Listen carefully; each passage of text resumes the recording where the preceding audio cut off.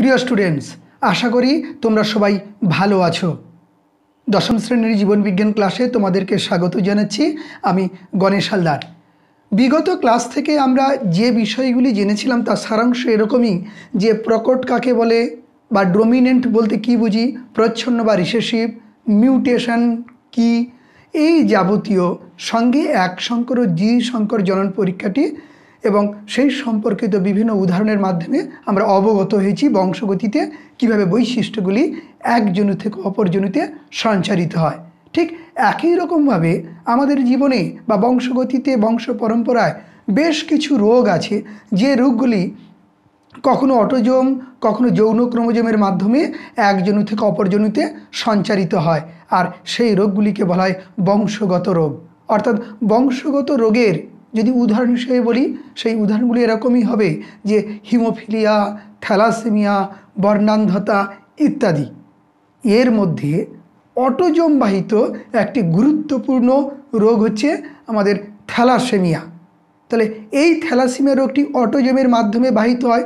অটোজোমের মাধ্যমে বাহিত মানে এই অটোজোমের মধ্যস্থিত কিছু জিনের মিউট্যান্ট ঘটে যাওয়া বা সেই জিনগুলি নিজস্ব চরিত্র বদলে ফেলার জন্য এই রোগগুলি হয়ে থাকে।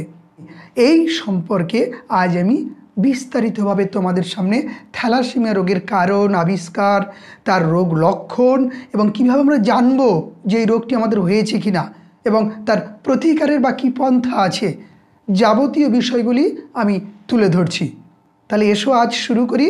দেখো, এই যে থ্যালাসেমিয়া রোগটি, এই শব্দটি প্রথম ব্যবহার করেন বা থ্যালাসেমিয়া নামকরণটি করেন দুই বিখ্যাত বিজ্ঞানী, হুইপেল এবং ব্র্যাডফোর্ড। সালটা 1932। আর এই যে থ্যালাসেমিয়া রোগটি, এই রোগটি অন্য আরও অনেকগুলি নামে পরিচিত, যেমন হিমোগ্লোবিনোপ্যাথি, মেডিটেরেনিয়ান অ্যানিমিয়া বা রক্তাল্পতা, একদম চলতি কথায় বললে। তাহলে এই রোগটা এই নামে পরিচিতি লাভ করেছে বিভিন্নভাবে বিভিন্ন জনের কাছে। এই রোগটার জন্য দায়ী হচ্ছে আমাদের দেহে তো মোট 23 জোড়া ক্রোমোজোম, তার মধ্যে 22 জোড়া অটোজোম আর 1 জোড়া সেক্স ক্রোমোজোম বা অ্যালোজোম। এই 22 জোড়া যে অটোজোম আছে এর মধ্যে 11 নম্বর যে ক্রোমোজোম জোড়া এবং 16 নম্বর ক্রোমোজোম জোড়া, এই দুই ধরনের ক্রোমোজোম জোড়া এক্ষেত্রে মুখ্যত এই রোগটির জন্য দায়ী বা এই রোগটির জন্য দায়ী জিনের বয়ে বেড়ায়। তাহলে এই রোগের জন্য দায়ী ক্রোমোজোম জানলাম। এইবারে এই রোগটির কারণটা কী বা মনে রাখবো কী করে? এই থ্যালাসেমিয়া, হিমোফিলিয়া এগুলো প্রচুর গুলিয়ে যেতে পারে তোমাদের ক্ষেত্রে। দুটোই কিন্তু রক্তজনিত বংশগত রোগ। হিমোফিলিয়ার ক্ষেত্রে কি হয়, কোনো স্থান কেটে গেলে সেই স্থানে সহজে রক্ত জমাট বাঁধতে চায় না। এটা আমরা পরের ক্লাসে আলোচনা করব। আজ তাহলে থ্যালাসেমিয়া, আর এই থ্যালাসেমিয়া রোগের ক্ষেত্রে যে রোগী এই রোগে আক্রান্ত হবে তার ক্ষেত্রে দেহে রক্ত উৎপন্ন হয় না। খুব ভয়ঙ্কর জিনিস। আমাদের স্বাভাবিক একজন পূর্ণবয়স্ক মানুষের ক্ষেত্রে রক্তের পরিমাণ প্রায় 5 লিটার বা 5 থেকে 5.5 লিটার বলতে পারি। এই রক্ত প্রতিনিয়ত তৈরি হচ্ছে এবং আমাদের দেহে তার একটা জীবনচক্র সম্পন্ন করার পর আবার ধ্বংস হয়ে যাচ্ছে। তাহলে প্রতিনিয়ত উৎপাদিত এবং ধ্বংস প্রক্রিয়াটি চলছে। তাহলে যাদের ক্ষেত্রে তৈরি হবে না অথচ ধ্বংস হয়ে গেল, তাদের ক্ষেত্রে কি রক্তের যে ঘাটতি দেখা দেবে, তার জন্য তার শারীরিক বিভিন্ন রকম সমস্যা দেখা দেয় এবং শেষ পর্যন্ত সেই ব্যক্তি বা সেই শিশু বা সেই কন্যা যাই বলি, এই রোগে যারা আক্রান্ত হবে তাদের অবশ্য পরিণতি হচ্ছে মৃত্যু। তাহলে এই রোগের কারণে কি হবে? তার রক্ত তৈরি হবে না। তার মানে তাকে বারবার ওই রোগীকে রক্ত দান করে যেতে হবে। তাহলে কেন রক্ত তৈরি হয় না, এবার সেই বিষয়ে যাচ্ছি। বা এই রোগটা কিভাবে কাজ করছে বা এই রোগের জন্য দায়ী জিন কিভাবে কাজ করে চলেছে, চলো এবারে জানি। আমাদের রক্ত কণিকাগুলোকে আমরা 3 ভাগে ভাগ করব। কি কি? লোহিত রক্তকণিকা, শ্বেত রক্তকণিকা আর অনুচক্রিকা। এর মধ্যে লোহিত রক্তকণিকার গঠনটা জানলে এই রোগ সম্পর্কে আমরা বিস্তারিতভাবে জানতে পারবো। তাহলে এসো লোহিত রক্তকণিকাতে। দেখো, লোহিত রক্তকণিকা একটা বিশেষ প্রোটিন দ্বারা গঠিত আর সেই প্রোটিন হচ্ছে দু ধরনের, একটা হচ্ছে হিম আর একটা হচ্ছে গ্লোবিন। হিম যে প্রোটিনটি সেটি ওই হিমোগ্লোবিনের রঞ্জকের জন্য দায়ী, অর্থাৎ রঞ্জক প্রোটিন, অর্থাৎ হিমোগ্লোবিন থাকার জন্য আমাদের রক্ত লাল। আর অপরদিকে যে গ্লোবিন, এই গ্লোবিন প্রোটিনটি হচ্ছে মুখ্যত গুরুত্বপূর্ণ ভূমিকা পালন করে আমাদের দেহে বিভিন্ন ধরনের রক্তের কার্যাবলী নিয়ন্ত্রণে। এই গ্লোবিন প্রোটিনটাকে যদি আমরা দেখি, একটি গ্লোবিন অণু 4টি পলিপেপটাইড শৃঙ্খল দ্বারা গঠিত। এই 4টি যে গ্লোবিন বা পলিপেপটাইড শৃঙ্খল দ্বারা গঠিত একটি গ্লোবিন অণু, সেই 4টির মধ্যে 2টি হচ্ছে আলফা শৃঙ্খল আর 2টি হচ্ছে বিটা শৃঙ্খল। আমি উদাহরণস্বরূপ বলতে, এটা 2টি আলফা শৃঙ্খল, এ 2টি বিটা শৃঙ্খল। তাহলে এই আলফা শৃঙ্খল 2টি প্রত্যেকটি আবার 141টি করে অ্যামাইনো অ্যাসিড নিয়ে গঠিত, আর বিটা শৃঙ্খলের প্রতিটি শৃঙ্খল 146টি অ্যামাইনো অ্যাসিড নিয়ে গঠিত। তাহলে 146টি করে অ্যামাইনো অ্যাসিড সহযোগে একটা বিটা গ্লোবিন শৃঙ্খল গঠিত হয়েছে, অর্থাৎ 2টা বিটা গ্লোবিন শৃঙ্খল এখানে বর্তমান, আর এদিকেও 2টি আলফা গ্লোবিন শৃঙ্খল বর্তমান। এই দুটি মিলে মোট 4টি, এই 4টি মিলে একটি গ্লোবিন শৃঙ্খল। আমাদের এই হিমোগ্লোবিন এর জন্য এই গ্লোবিন যে প্রোটিনটি যখন তৈরি হবে না, অর্থাৎ আমাদের দেহে যে পরিমাণ এই গ্লোবিন প্রোটিনের প্রয়োজন তার তুলনায় যখন কম তৈরি হবে, বা এই গ্লোবিন প্রোটিনটি যখন ত্রুটিপূর্ণ গঠন প্রদর্শন করবে, তার ফলে আমাদের জীবনে বিশেষ একটা প্রভাব বিস্তার করবে এই রোগটি। আর এই রোগটিকে তখন আমরা বলবো কি, যে থ্যালাসেমিয়া। তাহলে এই থ্যালাসেমিয়া রোগের জন্য দায়ী রক্তকণিকা হচ্ছে হিমোগ্লোবিন, আর হিমোগ্লোবিনের ত্রুটিপূর্ণ কারণ হচ্ছে এই রোগের মুখ্য বিষয়। এবারে আসছি থ্যালাসেমিয়ার প্রকারভেদে। কারণ আমাদের মোট 22 জোড়া অটোজোমের মধ্যে 2 জোড়া অটোজোম দায়ী এই থ্যালাসেমিয়ার জন্য, আর এই 2 জোড়া অটোজোম 2 ধরনের থ্যালাসেমিয়া সৃষ্টির জন্য মূলত দায়ী মিউট্যান্ট জিনগুলো বহন করে বেড়ায়। তাহলে আমাদের থ্যালাসেমিয়ার প্রকারভেদ 2 ধরনের, একটা আলফা থ্যালাসেমিয়া, একটা হচ্ছে বিটা থ্যালাসেমিয়া। আলফা থ্যালাসেমিয়ার জন্য দায়ী অটোজোমটি হলো আমাদের 16 নম্বর অটোজোম, আর বিটা থ্যালাসেমিয়ার জন্য দায়ী হচ্ছে 11 নম্বর অটোজোম। আজ আলফা থ্যালাসেমিয়া নিয়ে আলোচনা করছি, আগামী ক্লাসে বিটা থ্যালাসেমিয়া নিয়ে আলোচনা করব।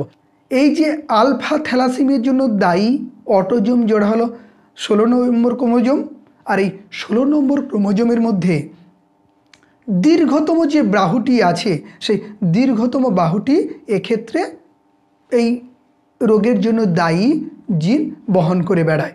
একটু আগে উল্লেখ করলাম যে আমাদের হিমোগ্লোবিনের ক্ষেত্রে আলফা শৃঙ্খল 2টি তৈরির জন্য যে দায়ী জিন, সেই জিন 2টি এই 16 নম্বর ক্রোমোজোমের দীর্ঘতম বাহুতে অবস্থান করে। আর এই ক্রোমোজোমগুলির মধ্যে যে দায়ী জিনগুলি তারা যদি ঠিকঠাকভাবে কাজ করে, তাহলে আমাদের আলফা শৃঙ্খল ঠিকঠাক উৎপাদিত হবে, যার জন্য আমাদের হিমোগ্লোবিনও ঠিকঠাক গঠিত হবে। অথবা আমরা স্বাভাবিক যখন এই দীর্ঘবাহুতেও অবস্থিত আলফা শৃঙ্খল উৎপাদনকারী জিন 2টির মিউটেশন ঘটবে বা পরিব্যক্তির মাধ্যমে তাদের চারিত্রিক বৈশিষ্ট্যগুলি বদলে ফেলবে, তখন আর ওই আলফা শৃঙ্খল গঠিত হবে না। আর যখন গঠিত না হবে, কখনো সংখ্যা কম হতে পারে বা পরিমাণ কম হতে পারে, আবার কখনো কখনো তার গঠনটাই ত্রুটিপূর্ণ, সেই তখনই এই আমাদের এই থ্যালাসেমিয়া রোগটি দেখা যাবে। আর এক্ষেত্রে এই থ্যালাসেমিয়াকে বলবো আলফা থ্যালাসেমিয়া। আর এক্ষেত্রে 2টি জিন মুখ্য ভূমিকা গ্রহণ করে। সেই জিন 2টির নাম হচ্ছে, ইংরাজির বড় হাতের হরফে লিখতে হবে HbA1, HbA2। এই জিন 2টি ওই দীর্ঘতম বাহুতে অবস্থান করছে, আর প্রতিটি ক্রোমোজোমে 2টি করে, আর ক্রোমোজোম সবসময় জোড়ায় জোড়ায় থাকে। তাহলে মোট 1 জোড়া ক্রোমোজোমে এই কটি জিন থাকবে? 4টি জিন। আর এই 4টি জিন যখন এই আলফা গ্লোবিন শৃঙ্খলগুলো তৈরি করবে, তখন স্বাভাবিক। আর যদি কোনো কারণে এই 4টি জিনের মধ্যে হয়তো বলছি 2-এর বেশি জিন তৈরি হলো না বা মিউট্যান্ট ঘটলো, মিউট্যান্ট ঘটার ফলে কি আলফা শৃঙ্খলের পরিমাণ কম তৈরি হলো। আলফা শৃঙ্খল উৎপন্নকারী জিনের মিউটেশন ঘটবে, তখন যে থ্যালাসেমিয়া দেখা যাবে তাকে বলা হবে আলফা থ্যালাসেমিয়া মেজর। আর যখন একটি বা দুইয়ের কম জিনের ত্রুটিপূর্ণ গঠন বা জিনের মিউটেশন ঘটবে, তখন যে রোগটি দেখা যাবে তখন তাকে বলা হবে কি আলফা থ্যালাসেমিয়া মাইনর। তাহলে আমরা কি দেখলাম যে থ্যালাসেমিয়া মূলত দু প্রকার, alpha thalassaemia, beta thalassaemia. Alpha থ্যালাসেমিয়ার জন্য দায়ী আমাদের 16 নম্বর অটোজোম, আর এই অটোজোমের মধ্যে দায়ী যে দুটি জিন তারা হচ্ছে HBA1, HBA2। এরপরে যাচ্ছি, তাহলে এই জিনগুলি মোট 4টি থাকবে, দুটি 16 নম্বর ক্রোমোজোমের মধ্যে। আর যখন এই 4টি জিনের মধ্যে যখন 2-এর বেশি জিনের ত্রুটিপূর্ণ ব্যবহার বা মিউটেশন আমরা দেখতে পাবো, তখন যে থ্যালাসেমিয়াটি হবে তখন তাকে বলবো আলফা থ্যালাসেমিয়া মেজর। আর কম হলে তখন বলবো কি, অর্থাৎ খুব মৃদু, তখন তাকে বলছি আলফা থ্যালাসেমিয়া মাইনর। এই যে আলফা থ্যালাসেমিয়া নিয়ে এতক্ষণ বললাম, এই রোগটি মূলত দেখতে পাওয়া যায় দক্ষিণ পূর্ব এশিয়া, মধ্যপ্রাচ্য, চীন, আফ্রিকা, এই সমস্ত দেশগুলিতে বা অঞ্চলগুলিতে এই রোগের প্রাদুর্ভাব খুব বেশি, মানে ম্যাক্সিমাম জনজীবন এক্ষেত্রে বিধ্বস্ত এই রোগের আক্রমণে। এই যে আলফা থ্যালাসেমিয়া মেজর, এই রোগটিকে আরও আরেকটি নামে আমরা জানব বা চিনব। কারণটা কি, এই রোগে এই যে আলফা থ্যালাসেমিয়া মেজর, এই রোগটি আরও একটি নামে পরিচিত, নামটি হলো হাইড্রপস ফিটালিস।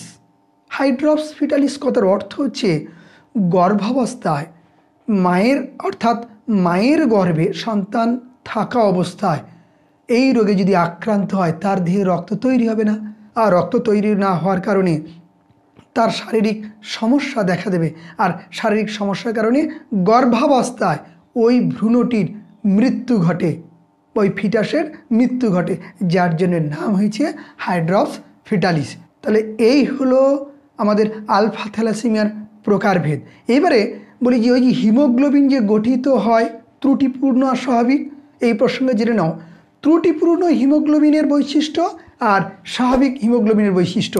স্বাভাবিক হিমোগ্লোবিন হচ্ছে তার আয়ু 120 দিন, অপরদিকে ত্রুটিপূর্ণ হিমোগ্লোবিনের আয়ু 50 থেকে 60 দিন, তার মানে কি অর্ধেক তার জীবনকালটা।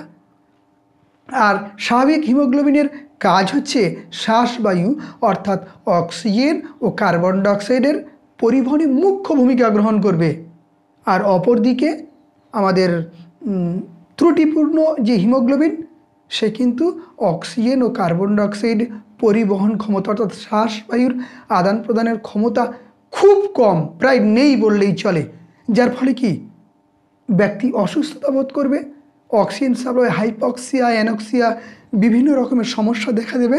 আর এই হচ্ছে আজ থ্যালাসেমিয়া প্রথম পার্ট, অর্থাৎ আলফা থ্যালাসেমিয়া নিয়ে তোমাদেরকে আমার পাঠদান। আগামী ক্লাসে বিটা থ্যালাসেমিয়া নিয়ে আলোচনা করব। সবাই খুব ভালো থাকবে, মন দিয়ে পড়াশোনা করবে।